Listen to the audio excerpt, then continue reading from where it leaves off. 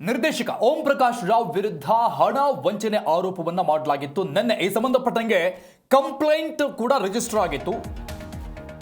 ಹಿರಿಯ ನಿರ್ದೇಶಕ ಓಂ ಪ್ರಕಾಶ್ ರಾವ್ ರಿಂದ ಈ ಕುರಿತಂತೆ ಈಗ ಒಂದು ಸ್ಪಷ್ಟನೆ ಹೊರಬಿದ್ದಿದೆ. ನಟ ಭಾಸ್ಕರ್ ಶೆಟ್ಟಿಗೆ ನಾನು ಧಮಕಿ ಹಾಕಿಲ್ಲ ಅಂತ ಕ್ಲಾರಿಫೈ ಅನ್ನ ಮಾಡಿದ್ದಾರೆ ಹಿರಿಯ ನಿರ್ದೇಶಕ ಓಂ ಪ್ರಕಾಶ್.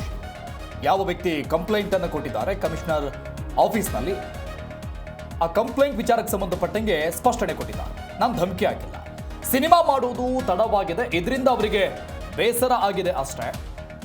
ಫೈನಾನ್ಸ್ ಕೊಡಿಸಿದ್ದಾರೆ, ಅವರಿಂದ ನಾನು ನೇರವಾಗಿ ಹಣ ಪಡೆದಿಲ್ಲ.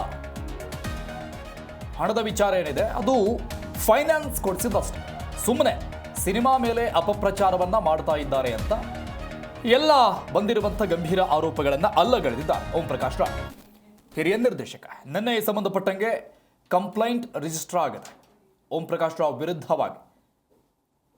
ಕೋಟಿಗಟ್ಟಲೆ ಹಣ ಇಸ್ಕೊಂಡು ವಂಚನೆ ಮಾಡ್ತಾ ಇದ್ದಾರೆ ಅಂತ ಭಾಸ್ಕರ್ ಶೆಟ್ಟಿ ಎನ್ನುವಂಥ ಮತ್ತೊಬ್ಬ ನಟ, ಅವರ ಜೊತೆಗೆ ಅನೇಕ ಸಿನಿಮಾಗಳಲ್ಲಿ ಕೆಲಸವನ್ನು ಮಾಡಿದ್ದಾರೆ ಇವರು, ಯೋಧ ಸಿನಿಮಾ ಸೇರಿದಂಗೆ.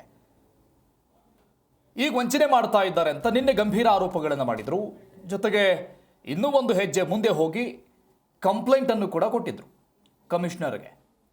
ಈ ವಿಚಾರಕ್ಕೆ ಸಂಬಂಧಪಟ್ಟಂಗೆ ಇವತ್ತು ಸ್ಪಷ್ಟನೆ ಸಿಗ್ತಾ ಇದೆ ನಿರ್ದೇಶಕ ಓಂ ಪ್ರಕಾಶ್ ರಾವ್ ಅವರ ಕಡೆಯಿಂದ. ನಾನು ಧಮಕಿ ಹಾಕಿಲ್ಲ, ಅವರೇನು ಅವರ ಜೇಬಿಂದ ಕೊಟ್ಟಿದ್ದಲ್ಲ ಹಣ, ಅದು ಫೈನಾನ್ಸ್ ಮಾಡಿಸಿದ್ದಾರೆ ಸಿನಿಮಾ ವಿಚಾರವಾಗಿ. ಆದರೆ ಸಿನಿಮಾ ಮಾಡೋದು ತಡ ಆಗಿದೆ, ಇದರಿಂದ ಬೇಸರ ಆಗಿದೆ ಅವರಿಗೆ ಅಷ್ಟೇ. ಸುಮ್ಮನೆ ಸಿನಿಮಾ ಮೇಲೆ ಅಪಪ್ರಚಾರವನ್ನು ಮಾಡ್ತಾ ಇದ್ದಾರೆ ಅಂತ ಎಲ್ಲ ಆರೋಪಗಳನ್ನು ಅಲ್ಲಗಳೆದಿದ್ದಾರೆ.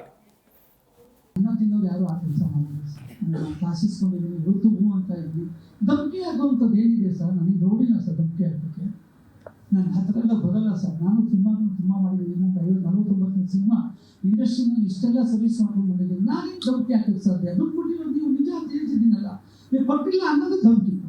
ಕರೆಕ್ಟ್ ಮಾತಾಡೋದು. ನೀವು ಅಷ್ಟೇ ರೆಡ್ಡಿ ಅವರು ನಾನು ತುಂಬ ಸಹಾಯ ಮಾಡಿದ್ದೀರಾ, ನಿಮ್ಮನ್ನ ಪ್ರೀತಿಯಿಂದ ಕುತ್ಕೊಂಡು ಮಾತಾಡಿ ಇದನ್ನು ಇತ್ಯರ್ಥ ಮಾಡೋದು ಮಾತ್ರ ಸಾಧ್ಯ. ಇದು ಜಗಳ ಮಾಡಿ ಆಗುವಂಥದ್ದಲ್ಲ ಸರ್. ಸಿನಿಮಾ ತಗೊಂಡೋಗಿ ನಾವು ಬೀದಿಗೆ ಹೋಗೋದು ತುಂಬ ಸಾಧ್ಯ. ಹೊರಗಡೆ ಪ್ರಚಾರಕ್ಕೋಸ್ಕರ ಯಾರೋ ಒಬ್ಬರು ಪ್ರಚಾರಕ್ಕೋಸ್ಕರ ಎಲ್ಲರೂ ಬಲಿಯಾಗುತ್ತಿದ್ದೀರಾ, ತುಂಬ ಅಂದರೆ ತುಂಬ ದೊಡ್ಡ ಹೆಸರು ಮಾಡಿದ್ದೀನಿ ಸರ್. ಯಾಕೆ ಸರ್ ಡೀಟೇಲ್ಸ್ ಕೊಡ್ತಾರೆ ನಮ್ಮ ಪ್ರತಿನಿಧಿ ಯಶೋಧ ಸಂಪರ್ಕದಲ್ಲಿದ್ದಾರೆ. ಯಶೋಧ, ನಿನ್ನೆ ಈ ಭಾಸ್ಕರ್ ಶೆಟ್ಟಿ ನಟ ಅವ್ರು ಕೊಟ್ಟಂತ ಹೇಳಿಕೆಯನ್ನು ಗಮನಿಸಿದ್ವಿ. ಇನ್ನೂ ಒಂದು ಹೆಜ್ಜೆ ಮುಂದೆ ಹೋಗಿ ಅವರು ಆ ಕಂಪ್ಲೇಂಟ್ ಕಾಪಿಯನ್ನು ಹಿಡ್ಕೊಂಡೇ ಮಾತಾಡಿದ್ರು. ಅವ್ರು ಯಾವ ರೀತಿಯಾಗಿ ರಿಯಾಕ್ಟ್ ಮಾಡ್ತಾ ಇದ್ರು ಹಣ ಕೇಳಿದಾಗ ಅಂತ, ಧಮಕಿ ಹಾಕಿದ್ರು, ಬಾಯಿಗೆ ಬಂದಂಗೆ ಅವಾಚ್ಯ ಶಬ್ದಗಳಿಂದ ನಿಂದಿಸ್ತಾ ಇದ್ರು, ಹೀಗೆಲ್ಲ ಅವ್ರು ಹೇಳಿಕೆಯನ್ನು ಕೊಟ್ಟಿದ್ದನ್ನು ಗಮನಿಸಿದ್ವಿ ನಾವು ನಿನ್ನೆ. ಇವತ್ತು ನೋಡಿದ್ರೆ ಬೇರೆಯದ್ದೇ ರೀತಿಯಾದಂಥ ಆಯಾಮವನ್ನ ಈ ಒಂದು ವಿಚಾರ, ಈ ಒಂದು ಪ್ರಕರಣ ಪಡೆದುಕೊಳ್ತಾ ಇದೆ. ಬಟ್ ನಾ ಹಣ ಅವರಿಂದ ಇಸ್ಕೊಂಡಿಲ್ಲ ಅಂತ ಓಂ ಪ್ರಕಾಶ್ ರಾವ್ ಹೇಳ್ತಾ ಇರೋದನ್ನ ನೋಡ್ತಾ ಇದ್ರೆ ಇದ್ದಕ್ಕಿದ್ದಂಗೆ ನೇರವಾಗಿ ಕಂಪ್ಲೇಂಟ್ ಅನ್ನ ಕೊಡೋ ಮಟ್ಟಕ್ಕೆ ಯಾಕೆ ಹೋಗ್ತಿದ್ರು ಭಾಸ್ಕರ್ ಶೆಟ್ಟಿ? ನಿಜಾಂಶ ಏನು? ಎಸ್, ಇಲ್ಲಿ ಗಮನಿಸಬಹುದು, ಹಿರಿಯ ನಿರ್ದೇಶಕ ಓಂ ಪ್ರಕಾಶ್ ರಾವ್ ಅವರು ಇವತ್ತು ದಿಢೀರನೆ ಪತ್ರಿಕಾಗೋಷ್ಠಿಯನ್ನ ಕರೀತಾರೆ. ಓಂ ಪ್ರಕಾಶ್ ರಾವ್ ವಿರುದ್ಧ ಕಳೆದ ಸೋಮವಾರದಿಂದಲೂ ಕೂಡ ಹಣ ವಂಚನೆ ಮಾಡಿದ್ದಾರೆ ಅನ್ನೋ ಆರೋಪ ಕೇಳಿ ಬಂದಿತ್ತು. ಈ ಹಿನ್ನೆಲೆಯಲ್ಲಿ ಇತ್ತೀಚೆಗಷ್ಟೇ ಭಾಸ್ಕರ್ ಶೆಟ್ಟಿ ಅವರು ಫಿಲಂ ಚೇಂಬರ್ಗೆ ಹೋಗ್ತಾರೆ. ಫಿಲಂ ಚೇಂಬರ್ ನಲ್ಲಿ ಕಂಪ್ಲೇಂಟ್ ಕೊಡೋದಕ್ಕೆ ಮುಂದಾಗ್ತಾರೆ. ಆದ್ರೆ ಫಿಲಂ ಚೇಂಬರ್ ನಲ್ಲಿ ಇವರು ಅಲ್ಲಿ ಇನ್ನು ಯಾವುದೇ ರೀತಿಯಲ್ಲಿ ಅಧಿಕೃತವಾಗಿ ಅಲ್ಲಿ ಇಲ್ಲ ಅನ್ನೋ ಕಾರಣಕ್ಕೋಸ್ಕರ ಇವರ ಕಂಪ್ಲೇಂಟ್ ಅನ್ನ ಅಲ್ಲಿ ತೆಗೆದುಕೊಳ್ಳೋದಿಲ್ಲ. ಅದರ ಬದಲಾಗಿ ಕಾನೂನಿನ ಮೊರೆ ಹೋಗಿ ಅಂತ ಹೇಳಿ ಫಿಲಂ ಚೇಂಬರ್ ನ ಅಧ್ಯಕ್ಷರಾದಂತಹ ಜಯಮಾಲಾ ಅವರು ಇವರಿಗೆ ಸಲಹೆಯನ್ನ ಕೊಡ್ತಾರೆ. ಅದಾದ ಬಳಿಕ ನೇರವಾಗಿ ಇವರು ಇದೀಗ ನಿನ್ನೆಯಷ್ಟೇ ಫಿನಿಕ್ಸ್ ನಿರ್ಮಾಪಕ ಭಾಸ್ಕರ್ ಶೆಟ್ಟಿಯಿಂದ ಕಮಿಷನರ್ಗೆ ಕಂಪ್ಲೇಂಟ್ ಕೂಡ ಆಗಿರುವಂತದ್ದು. ಭಾಸ್ಕರ್ ಶೆಟ್ಟಿಯಿಂದ 3,85,00,000 ರೂಪಾಯಿ ಸಾಲವನ್ನ ಪಡೆದಿದ್ದಾರೆ ನಿರ್ದೇಶಕ ಓಂ ಪ್ರಕಾಶ್ ರಾವ್. ಈಗ ಹಣ ವಾಪಸ್ ಕೇಳಿದ್ರೆ ಧಮಕಿ ಹಾಕ್ತಾರೆ ಅಂತ ಹೇಳಿ ಆರೋಪ ಮಾಡಿ ಅವರು ಕಮಿಷನರ್ಗೆ ಕಂಪ್ಲೇಂಟ್ ಅನ್ನ ಕೊಟ್ಟಿದ್ರು. ಆ ವಿಚಾರಕ್ಕೆ ಸಂಬಂಧಪಟ್ಟಂತೆ ಇವತ್ತು ಓಂ ಪ್ರಕಾಶ್ ಅವರು ನಾನು ಅವ್ರಿಗೆ ಯಾಕೆ ಧಮಕಿ ಹಾಕ್ಲಿ, ನಾನು ಹಣ ತೆಗೆದುಕೊಂಡಿರೋದು ನಿಜ, ಸಿನಿಮಾ ಮಾಡೋದು ತಡ ಆಗಿರೋದ್ರಿಂದ ಈ ರೀತಿ ಅವ್ರು ನನ್ನ ಮೇಲೆ ಬೇಸರ ಮಾಡ್ಕೊಂಡಿದ್ದಾರೆ ಅಂತ ಹೇಳಿ ಏನು ಅವರು ಆರೋಪ ಮಾಡಿದ್ದಕ್ಕೆ ಉತ್ತರವನ್ನ ಕೊಟ್ಟಿದ್ದಾರೆ. ನನ್ನ ಹೆಂಡತಿಯ ಅಕೌಂಟ್ಗೆ ಅವರ ಹಣ ಬಂದಿರೋದು ನಿಜ, ಆದ್ರೆ ನಾನು ಆ ಹಣವನ್ನ ನನ್ನ ಮಗಳ ಖರ್ಚಿಗಾಗ್ಲಿ ಅಥವಾ ನನ್ನ ಮಗಳನ್ನ ವಿದೇಶಕ್ಕೆ ಕಳಿಸೋದಕ್ಕಾಗ್ಲಿ ಹಣವನ್ನ ಬಳಸಿಲ್ಲ, ಸಿನಿಮಾಗೋಸ್ಕರನೇ ಬಳಸಿದ್ದೀನಿ. ಹಣವನ್ನ ನನ್ನ ವೈಯಕ್ತಿಕವಾಗಿ ಖರ್ಚು ಮಾಡೋದರ್ದು ನನಗೆ ಇಲ್ಲ ಅನ್ನೋ ವಿಚಾರವನ್ನ ಇವತ್ತು ಜಿ ಕನ್ನಡ ನ್ಯೂಸ್ ಜೊತೆ ಮಾತಾಡುವಂತ ಸಂದರ್ಭದಲ್ಲಿ ಹೇಳ್ಕೊಂಡ್ರು.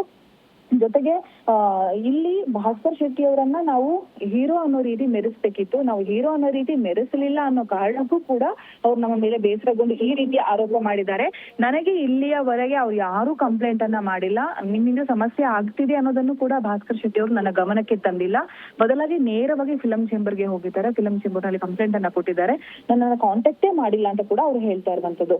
ಅವರು ಫೈನಾನ್ಸ್ ಕೊಡಿಸಿದ್ದಾರೆ ಹೊರತು ಅವರಿಂದ ಅಷ್ಟು ದುಡ್ಡನ್ನು ಕೂಡ ಏನು 3,85,00,000 ಹಣವನ್ನು ಪಡ್ಕೊಂಡಿದ್ದಾರೆ ಅಂತ ಹೇಳ್ತಿರಲ್ಲ, ಅಷ್ಟು ಹಣವನ್ನ ನಾನು ತೆಗೆದುಕೊಂಡಿಲ್ಲ. ಅವರು ಜಸ್ಟ್ ಒಂದು ಪೊಲೀಸ್ ಪಾತ್ರದಲ್ಲಿ ಮಾತ್ರ ನಟಿಸಿದ್ದಾರೆ. ಹಾಗಂತ ನಾನು ಅವರನ್ನ ಹೀರೋ ತರ ಮೆರೆಸೋದಕ್ಕಾಗೋದಿಲ್ಲ.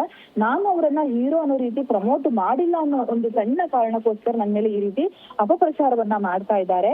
ಬೇರೆ ಸಿನಿಮಾ ಮಾಡ್ಬೇಡಿ ಅಂತ ಅವರು ಹೇಳಿದ್ರೆ ಕ್ಯಾಕರಿಸಿ ಮುಖಕ್ಕೆ ಹೋಗಿದ್ದೇನೆ. ಬೇರೆ ಸಿನಿಮಾ ಮಾಡ್ಬೇಡಿ ಅಂತ ಅವ್ರು ಹೇಳೋ ರೈಟ್ಸೇ ಇಲ್ಲ ಅನ್ನೋದನ್ನು ಕೂಡ ಅವ್ರು ಹೇಳ್ಕೊಂಡಿದ್ದಾರೆ. ಸಣ್ಣ ಪುಟ್ಟ ವೈಮನಸ್ಸಿತ್ತು, ಸಣ್ಣ ಪುಟ್ಟದಾಗಿ ನಮ್ಮ ನಡುವೆ ಕಿರಿಕಿತ್ತು.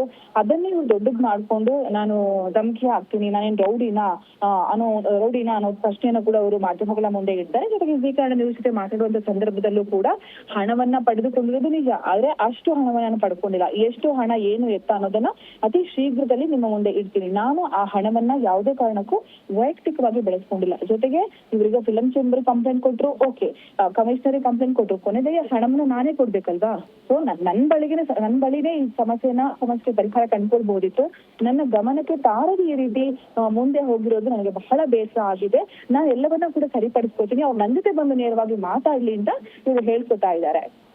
ಥ್ಯಾಂಕ್ ಯು ಯಶೋಧ ಡೀಟೇಲ್ಸ್ಗೆ. ಈ ವಿಚಾರಕ್ಕೆ ಸಂಬಂಧಪಟ್ಟಂಗೆ ಹಿರಿಯ ನಿರ್ದೇಶಕ ಓಂ ಪ್ರಕಾಶ್ ಅವ್ರ ಕಡೆಯಿಂದ ಸ್ಪಷ್ಟನೆ ಸಿಗ್ತಾ ಇದೆ. ಅವರನ್ನ ಹೀರೋ ಅಂತ ಪ್ರಮೋಟ್ ಮಾಡಬೇಕು ಅಂತ ಅವರ ಅಭಿಲಾಷೆ ಆಗಿತ್ತು. ಬಟ್ ನಾನು ಆ ರೀತಿ ಮಾಡೋಕ್ಕೆ ಸಾಧ್ಯ ಇಲ್ಲ.